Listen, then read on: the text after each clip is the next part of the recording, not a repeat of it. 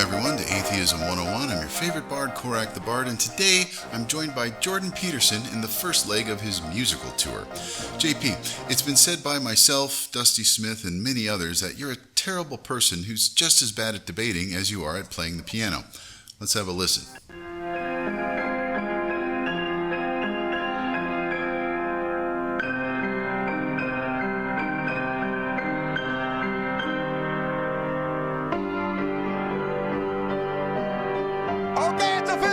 This guy's bad at everything. Holy God, dude. Please stop. Oof, pretty rough, I gotta say. So, what's it like not only being an insufferable and irredeemable windsock, but also a talentless hack? This demoralization, and it's part of fatherlessness, broadly speaking, and sometimes specifically. And I could see the pathway to rectifying that. Like, the pathway to rectifying that, as far as I've been able to understand, and I've understood this more deeply as the years have gone by, is that we're built for adventure. Okay, and what adventure were you trying to embark on when you stabbed clumsily at a piano that obviously hasn't been tuned since your fellowship at Cambridge was rescinded?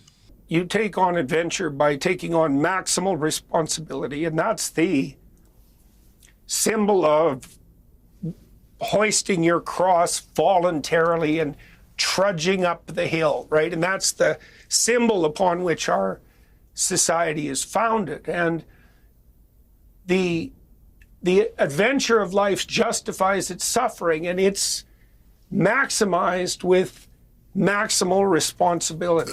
Okay. I agree that you took a huge risk in demonstrating to the world that in addition to your many ineptitudes, you also have absolutely zero musical skill. So to be perfectly honest... if you tell the truth... I'm trying to, if you could just... What should happen as a consequence of the truth makes itself manifest in the world. And that's the best possible outcome. Okay, that was... why the piano? It's also the most adventurous thing that you can do, the most exciting thing you can do, hands down. There's nothing that compares to it. I too enjoy playing the piano, but I recommend you practice more before presenting any further public offerings of your music. What responsibility were you fulfilling with this musical version of a word salad? That pathway of maximal responsibility, voluntary responsibility, and truth. And I understand that deeply at a religious level. I understand that that's the symbolic world on which our productive and peaceful culture was properly founded.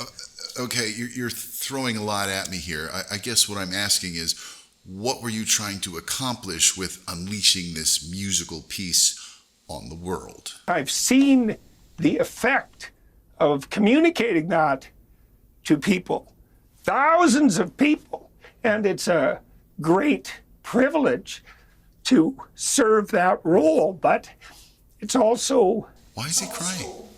Overwhelming. I think it is one of the things that made me... I was ill for quite a long time, and I think that was part of the reason, just seeing this, like this malaise, so deep, right? And that's also so easily addressed in a sense. It's that paradoxical combination of depth of suffering and ease of rectification.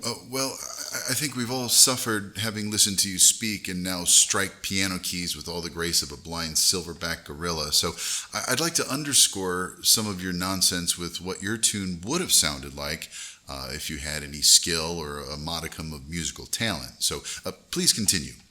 Roll it. You should do this, you should do that. And there's truth in that, that imposition of mature structure on